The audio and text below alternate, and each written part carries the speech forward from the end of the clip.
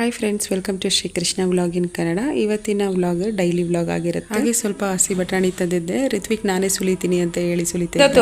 ನೋಡಿ ಸುಲ್ಕೊಡು. ಒಂದು ಕಾಳನ್ನು ಬಿಡಬೇಡ, ಸರಿನಾ? ನೀಟಾಗಿ ಸಿಪ್ಪೆ ಬೇರೆಗೆ ಹಾಕಿ ಕಾಳು ಬಟ್ಲೊಳಗಡೆ ಹಾಕೋ. ಸರಿ, ಸುಲಿದ್ಬಿಟ್ಟು ಒಳಗಡೆ ತಗೊಂಡು ಬಾ. ನಾನು ದೋಸೆಗೆ ಹಿಟ್ಟು ರುಬ್ತಿರ್ತೀನಿ. ದೋಸೆ ಹಾಗೆ ಇಬ್ಬರು ಕೂಡ ಹೆಲ್ಪ್ ಮಾಡ್ತಾರೆ. ಅವ್ರ ಕೈಲಿ ಏನು ಕೆಲಸ ಆಗುತ್ತೆ ಸೊ ಆ ಕೆಲಸನ ನೀಟಾಗಿ ಮಾಡಿಕೊಡ್ತಾರೆ. ನಾನು ಸ್ವಲ್ಪನೇ ಹಸಿ ಬಟಾಣಿ ತಂದಿದ್ದೆ, ಅದನ್ನು ನಾನೇ ಸುಲ್ಕೊಡ್ತೀನಿ ಅಂತ ಹೇಳಿ ಸುಲಿತಿದ್ದ. ಬಟಾಣಿ ಎಲ್ಲ ಸುಲಿಯೋದು, ಈ ಬೀನ್ಸ್ ಕಾಳು ಹಸಿ ಕಾಳು ಏನಾರು ತಂದಿದ್ರೆ ಅವನು ಇಷ್ಟಪಟ್ಟು ಸುಲ್ಕೊಡ್ತಾನೆ. ಹಾಗೆ ಅದನ್ನೆಲ್ಲ ಸ್ಟೋರ್ ಮಾಡಿ ಫ್ರಿಜ್ಜಿಗೆ ಎತ್ತಿಡ್ತಿದ್ದೆ. ಪಲಾವ್ಗೆ ತರಕಾರಿ ಗ್ರೇವಿ ಏನಾದರೂ ಮಾಡಬೇಕಾದ್ರೆ ಬೇಕಾಗುತ್ತೆ ಅಂತೇಳಿ ಫ್ರಿಜ್ಜಿಗೆ ಸ್ಟೋರ್ ಮಾಡಿ ಎತ್ತಿಡ್ತೆ. ಹಾಗೆ ನಮ್ಮ ಮನೆ ಪಕ್ಕದ ರೋಡಲ್ಲೇ ನರ್ಸರಿ ಓಪನ್ ಮಾಡಿದ್ದಾರೆ. ಮುಂಚೆ ಸ್ವಲ್ಪ ಮರಗಳ ಟೈಪಲ್ಲಿ ಗಿಡಗಳನ್ನ ಇಟ್ಕೊಂಡಿದ್ರು, ಅಂದರೆ ದೊಡ್ಡ ದೊಡ್ಡ ಮರಗಳ ಸಸಿಗಳು ಬರುತ್ತಲ್ಲ ಆ ಥರದ್ದು ಇಟ್ಕೊಂಡಿದ್ರು. ಇವಾಗ ಈ ಥರದ್ದು ಹೂ ಬಿಡೋ ಅಂಥ ಗಿಡಗಳೆಲ್ಲ ಇಟ್ಕೊಂಡಿದ್ದಾರೆ. ತುಂಬ ಚೆನ್ನಾಗಿತ್ತು ನೋಡೋಕ್ಕೆ. ಒಂಥರ ಹೊಸದಾಗಿ ಗಿಡಗಳನ್ನ ತರಿಸಿದ್ರಲ್ಲ, ನೋಡೋಕೆ ಒಂಥರ ಅಟ್ರಾಕ್ಷನ್ ಆಗಿತ್ತು, ತುಂಬ ಚೆನ್ನಾಗಿತ್ತು. ಅದರಲ್ಲಿ ಕೆಲವೊಂದು ಗಿಡಗಳನ್ನ ತಗೊಂಡೆ. ನನ್ನ ಹತ್ರ ಸೇವಂತಿಗೆ ಗಿಡ ಇರಲಿಲ್ಲ, ಮತ್ತು ಪಾರಿಜಾತ ಗಿಡ ಇರಲಿಲ್ಲ.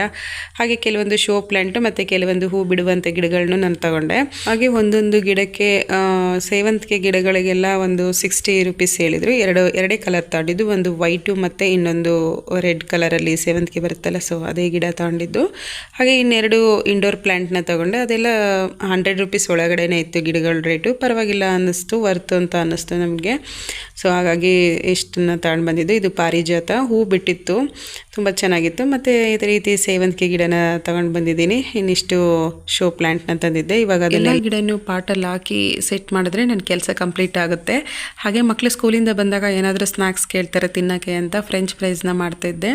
ತುಂಬಾ ಟೇಸ್ಟಾಗಿತ್ತು. ಸೊ ಇದ್ರ ರೆಸಿಪಿನ ನಾನು ಮಿನಿ ವ್ಲಾಗಲ್ಲಿ ಹಾಕಿದ್ದೀನಿ. ಹಾಗೆ ನಾನು ಇದ್ರ ಜೊತೆಗೆ ಮಯೋನೈಸ್ ಮಾಡಿದ್ದೆ ಮತ್ತು ಟೊಮೊಟೊ ಕೆಚಪ್ ಮಾಡಿದ್ದೆ. ಟೊಮೊಟೊ ಕೆಚಪ್ನ ವಿಡಿಯೋ ಮಾಡೋದೇ ಮರ್ತುಬಿಟ್ಟೆ ಸ್ಟಾರ್ಟಿಂಗಲ್ಲಿ. ಹಾಗೆ ಮಯೋನೈಸ್ ವಿಡಿಯೋ ಕೂಡ ಅದರ ರೆಸಿಪಿನ ಮಿನಿ ವ್ಲಾಗಲ್ಲಿ ಹಾಕಿದ್ದೀನಿ. ಹಾಗೆ ಈ ರೀತಿ ಮನೇಲೆ ಮಯೋನೈಸ್ನ ಮಾಡಿಟ್ಕೊಳ್ಳೋದ್ರಿಂದ ತುಂಬ ಹೆಲ್ದಿಯಾಗೂ ಇರುತ್ತೆ. ಹೊರಗಡೆಯಿಂದ ತಂದು ತಿನ್ನೋದಕ್ಕಿಂತ ಮನೇಲೆ ಮಾಡೋದು ತುಂಬ ಒಳ್ಳೆಯದು ಅಂತ ಹೇಳ್ತೀನಿ. ಹಾಗೆ ಫ್ರೆಂಚ್ ಫ್ರೈಸ್ ಕೂಡ ತುಂಬ ಸ್ಕ್ರಂಚಿಯಾಗಿ ತುಂಬಾ ಟೇಸ್ಟಿಯಾಗಿ ಚೆನ್ನಾಗಿತ್ತು. ಮಕ್ಕಳು ತುಂಬ ಇಷ್ಟಪಟ್ಟು ತಿಂದರು.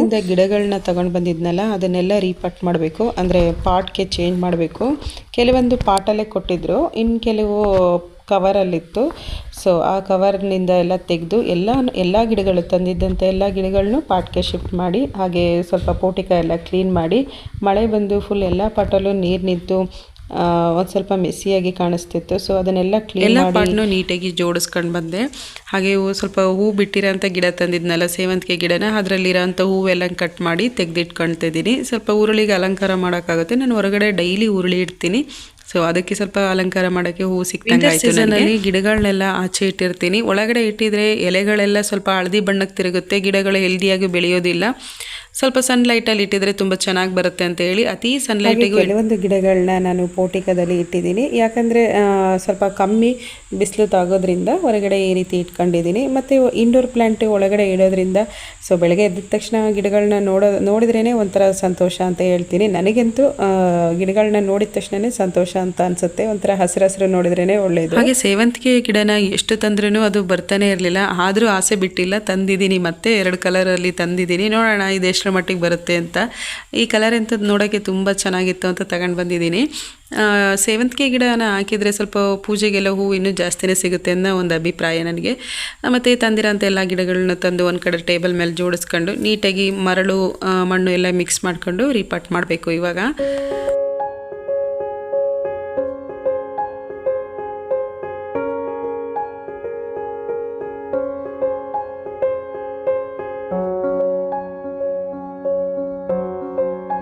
ಹಾಗೆ ಮುಂಚೆ ಇಂಡೋರ್ ಪ್ಲ್ಯಾಂಟ್ ಇಟ್ಟಿದ್ನಲ್ಲ, ಆ ಪಾಟ್ಗಳಲ್ಲಿ ವೈಟ್ ಸ್ಟೋನ್ ಹಾಕಿಟ್ಟಿದ್ದೆ. ಸೊ ಅದನ್ನೆಲ್ಲ ಇವಾಗ ತೆಗೆದು ಕೆಳಗಡೆ ಹಾಕಿ ವಾಶ್ ಮಾಡಿ ಮತ್ತೆ ಪುನಃ ಅದರಲ್ಲಿ ಜೋಡಿಸಿ ಹಾಕಬೇಕು. ಹಾಗೆ ಕೆಲಸ ಮಾಡ್ತಾ ಇರಬೇಕಾದ್ರೆ ಕಸದವ್ರು ಬಂದರು, ಕಸನೂ ಕೊಟ್ಟು ಅದೊಂದು ಕೆಲಸ ಕಂಪ್ಲೀಟ್ ಆದಂಗೆ ಆಯಿತು.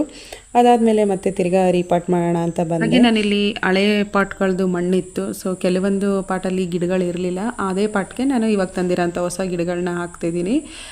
ಮುಂಚೆನೇ ನಾನು ಮರಳು ಮಣ್ಣು ಗೊಬ್ಬರ ಎಲ್ಲನೂ ಹಾಕಿ ಮಿಕ್ಸ್ ಮಾಡಿ ಇಟ್ಟಿದ್ದೆ. ಅದೇ ಪಾಟ್ಗೆ ರೆಡಿ ಮಾಡಿ ಹಾಕ್ತಾರೆ. ಹಾಗೆ ಒಂದು ವಿಷಯ ಹೇಳೋಕ್ಕೆ ಇಷ್ಟಪಡ್ತೀನಿ. ನನ್ನ ಚಾನಲ್ನಲ್ಲಿ ವ್ಯೂವರ್ಸ್ ಬರ್ತಾ ಇದೆ, ಬಟ್ ಸಬ್ಸ್ಕ್ರೈಬ್ ಮಾಡ್ಕೊಳ್ತಾ ಇಲ್ಲ. ದಯವಿಟ್ಟು ಸಬ್ಸ್ಕ್ರೈಬ್ ಮಾಡಿಕೊಂಡು ವಿಡಿಯೋನ ನೋಡಿ. ಹಾಗೆ ನೀವು ಕೊಡುವ ಒಂದು ಲೈಕು ಮತ್ತು ಸಬ್ಸ್ಕ್ರೈಬು ನನಗೆ ಮುಂದಿನ ವಿಡಿಯೋ ಮಾಡೋಕ್ಕೆ ಮೋಟಿವೇಟಿವ್ ಆಗಿರುತ್ತೆ. ಸೊ ನಾನು ಇನ್ನೊಂದು ಸಲ ರಿಕ್ವೆಸ್ಟ್ ಮಾಡಿ ಕೇಳ್ತಿದ್ದೀನಿ, ದಯವಿಟ್ಟು ಸಬ್ಸ್ಕ್ರೈಬ್ ಮಾಡಿಕೊಂಡು ವಿಡಿಯೋನ ನೋಡಿ.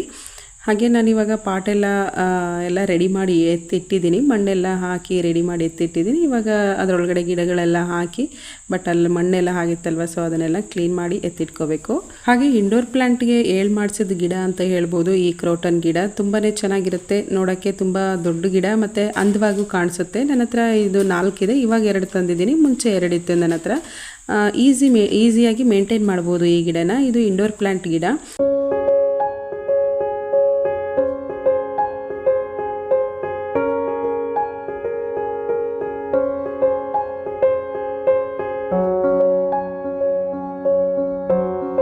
ಹಾಗೆ ತಂದಿದ್ದಂಥ ಎಲ್ಲ ಗಿಡಗಳನ್ನೂ ಇವಾಗ ಪಾಟ್ಗೆ ಹಾಕಿ ಎತ್ತಿಟ್ಟಿದ್ದೀನಿ.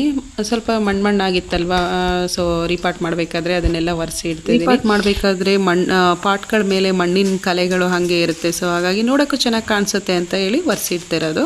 ಕೆಲವೊಂದು ಸೆರಾಮಿಕ್ ಪಾಟ್ಗಳಿತ್ತು, ಅದನ್ನು ಎಲ್ಲ ಒಳಗಡೆ ಇರೋಂಥ ಏನು ಮನೆ ಒಳಗಡೆ ಏನು ಇಟ್ಕೊಂಡಿದ್ಯಾ ಪ್ಲಾಂಟ್ ಎಲ್ಲ ತೆಗೆದು ಪೋಟಿಕದಲ್ಲಿ ಇಟ್ಬಿಟ್ಟಿದ್ದೀನಿ. ರೀಪಾಟ್ ಮಾಡಿರೋ ಅಂಥ ಗಿಡಗಳನ್ನ ದೊಡ್ಡ ದೊಡ್ಡ ಗಿಡಗಳ ಮಧ್ಯದಲ್ಲಿ ಇಡ್ತೀನಿ. ಸ್ವಲ್ಪ ಅದರ ನೆರಳು ಬೀಳೋದ್ರಿಂದ ಗಿಡಗಳು ಸ್ವಲ್ಪ ಹೆಲ್ದಿಯಾಗಿ ಚಿಗುರೊಡೆಯುತ್ತೆ, ಚೆನ್ನಾಗಿ ಬರುತ್ತೆ. ಇಲ್ಲ ಅಂತಂದರೆ ಡೈರೆಕ್ಟ್ ಬಿಸಿಲಿಗೆ ಇಟ್ಟಿದ್ರೆ ಸ್ವಲ್ಪ ಬಾಡೋದಂಗೆ ಆಗಿರುತ್ತೆ ಅಂತ ಹೇಳ್ಬಿಟ್ಟು ಮುಂಚೆ ಗಿಡಗಳಿರುತ್ತಲ್ಲ ಅದರ ಜೊತೆಗೆ ಸೇರಿಸಿ ಇಟ್ಟಿರ್ತೀನಿ. ಫೈನಲ್ ಆಗಿ ಈ ಕೆಲಸ ಕಂಪ್ಲೀಟ್ ಆಯಿತು. ಈ ರೀತಿ ಪಾಟ್ನ ಜೋಡಿಸಿ ಇಟ್ಟಿದ್ದೀನಿ. ಈ ವಿಡಿಯೋ ನಿಮಗೆ ಇಷ್ಟ ಇದ್ದರೆ ನನ್ನ ಚಾನೆಲ್ನ ಸಬ್ಸ್ಕ್ರೈಬ್ ಮಾಡ್ಕೊಳ್ಳಿ. Thank you for watching the video.